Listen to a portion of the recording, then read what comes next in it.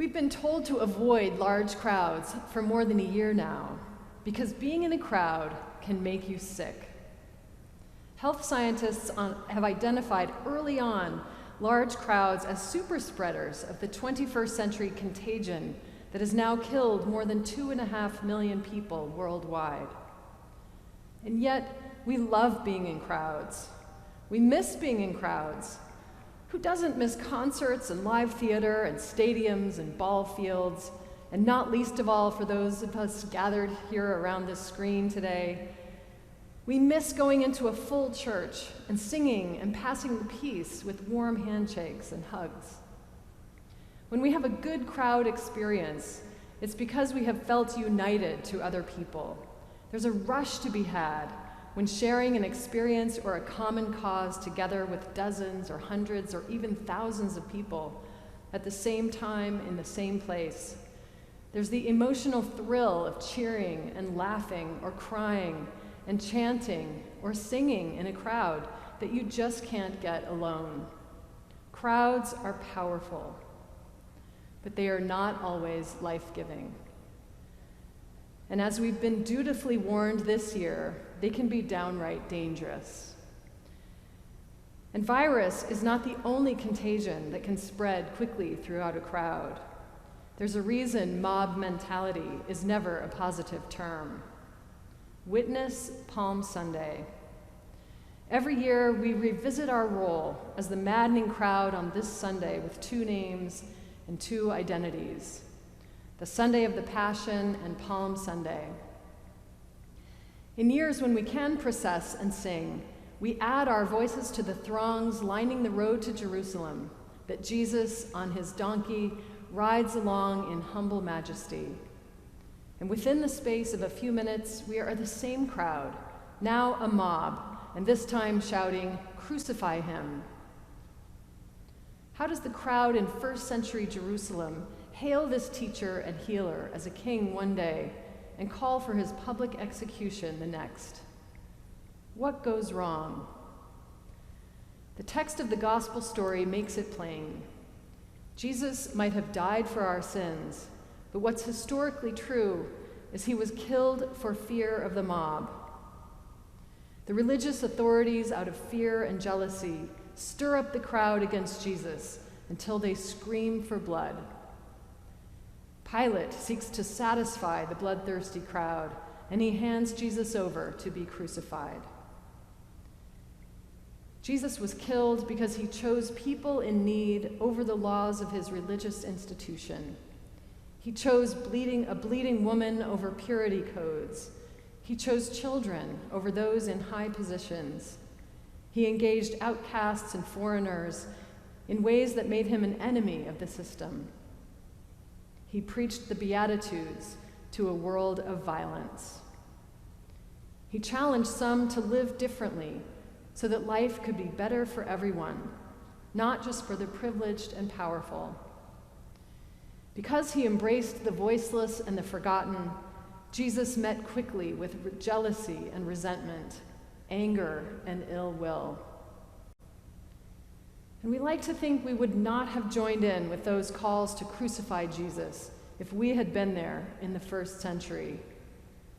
But crowds have a way of spreading their contagion quickly and making us sick, especially when fear holds sway for a common cause and malicious intent gets the megaphone.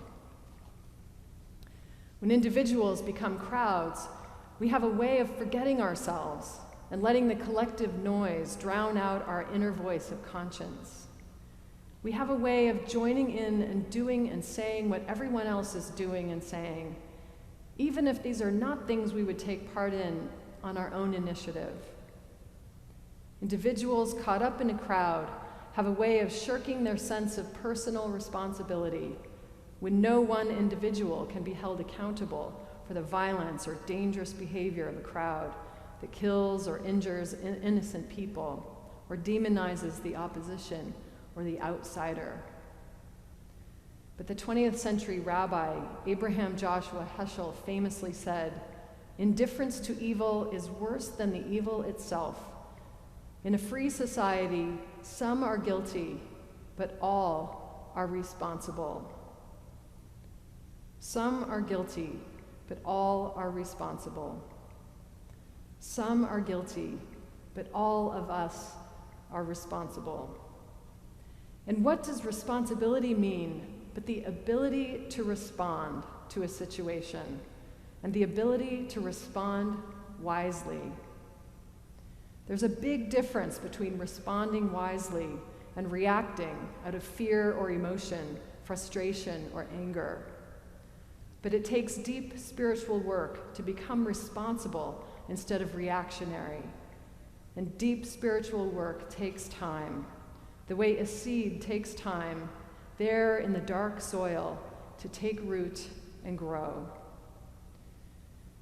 We don't often stop to consider that part of Jesus' humanity was that he too had to do this work.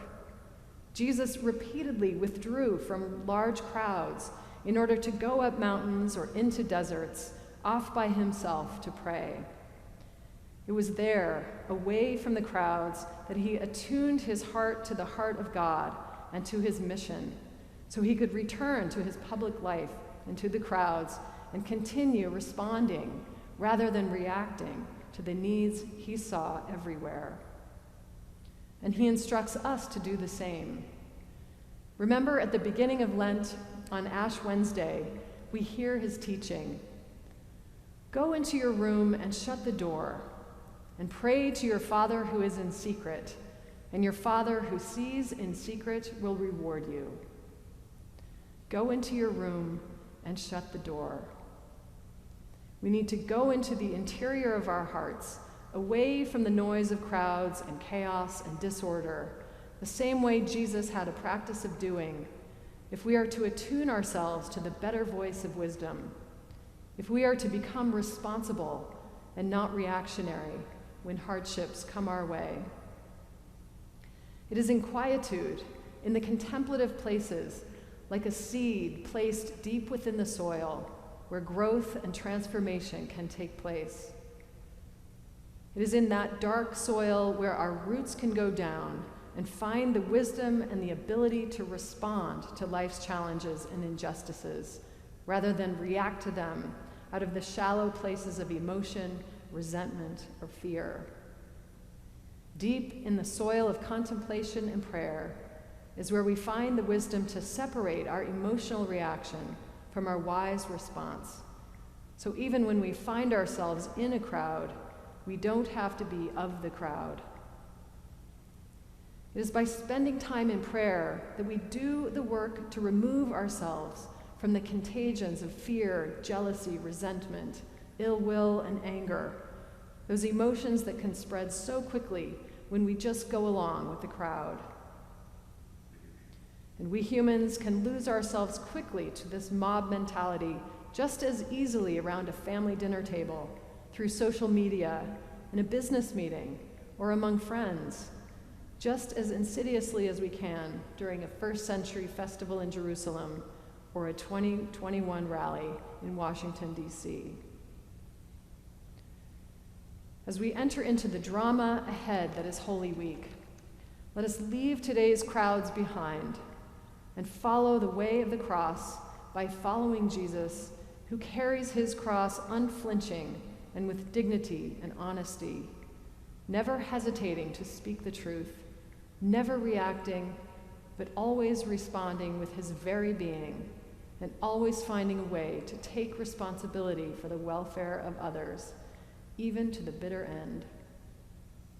Let us meditate in the deep interior of our hearts upon Jesus' model for facing the losses, injustices, and failures that continue to wreck our world, crush our spirits, and send us into despair.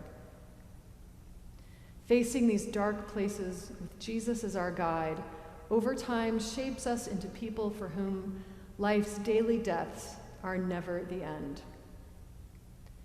This Holy Week, let us go back to where we began Lent, to the interior of our hearts as seeds in the soil, and let God meet us there. I leave you with this poem by Wendell Berry. The seed is in the ground. Now may we rest in hope while darkness does its work.